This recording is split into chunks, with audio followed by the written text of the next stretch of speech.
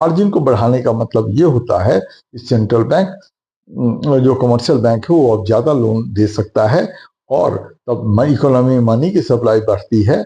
Money की supply बढ़ती है तो एग्रीगेट डिमांड बढ़ता है और डिफ्लेशनरी गैप कंट्रोल आ जाता है। दूसरा मेथड है मोरल सुएशन।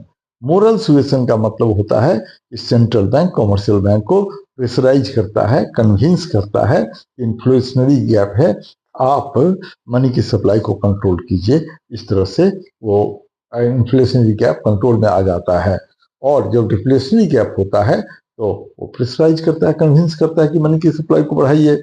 इस तरह से इकोनॉमी में डिफ्लेशनरी गैप कंट्रोल आ जाता है, कंट्रोल में आ जाता है। अब जो दूसरे टाइप के मेजर्स होते हैं जिसको कि गवर्नमेंट अप्लाई करती है, उसको फिस्कल पॉलिसी या बजटरी पॉलिसी कहते हैं।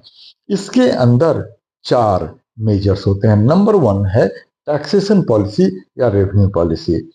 जब इन्फ्लेशनरी गैप होता है तो गवर्नमेंट टैक्स बढ़ा देती है।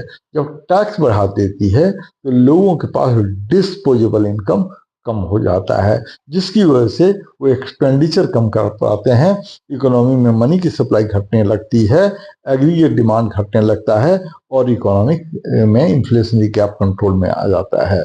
और जब डिफ्लेशनरी गैप होता है तो वो टैक्स गवर्नमेंट टैक्स को घटा देती है, तो लोगों का इनकम, डिस्पोजेबल इनकम बढ़ता है, वो एक्सपेंडिचर बढ़ाते हैं, एग्रीगेट डिमांड बढ़ता है और डिफ्लेशनरी गैप कंट्रोल में आ जाता है। दूसरा फिस्कल मेजर है एक्सपेंडिचर पॉलिसी। तो जब इन्फ्लेशनरी गैप होता है तो गवर्नमेंट अपने एक्सपेंडिचर को घटा देती है, चाहे रेवेन्यू एक्सपेंडिचर हो, कैपिटल एक्सपेंडिचर हो, उसको घटा देती है। जब एक्सपेंडिचर घटता है तो इकोनॉमी में मनी की सप्लाई घटती है, मनी की सप्लाई घटती है तो एग्रीगेट डिमांड घटता है, एग्रीगेट डिमांड घटता है तो इन्फ्लेशनरी गैप कंट्रोल में आ जाता है। और जब डिफ्लेशनरी गैप होता है तो गवर्नमेंट एक्सपेंडिचर बढ़ा देती है। जब एक्सपेंडिचर बढ़ता है तो इकोनॉमी में मनी की सप्लाई बढ़ती है, मनी की सप्लाई बढ़ती है तो एग्रीगेट डिमांड बढ़ता है, एग्रीगेट डिमांड बढ़ता है तो डिफ्लेशनरी गैप कंट्रोल हो जाता है। तीसरा है बोरोइंग। जब इकोनॉमी में इन्फ्लेशनरी गैप होता है तो गवर्नमेंट पब्लिक से बोरो कर लेती है।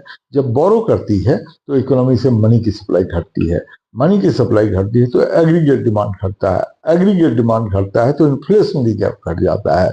और डिफ्लेशनरी गैप के केस में गवर्नमेंट बोरोइंग को घटा देती है।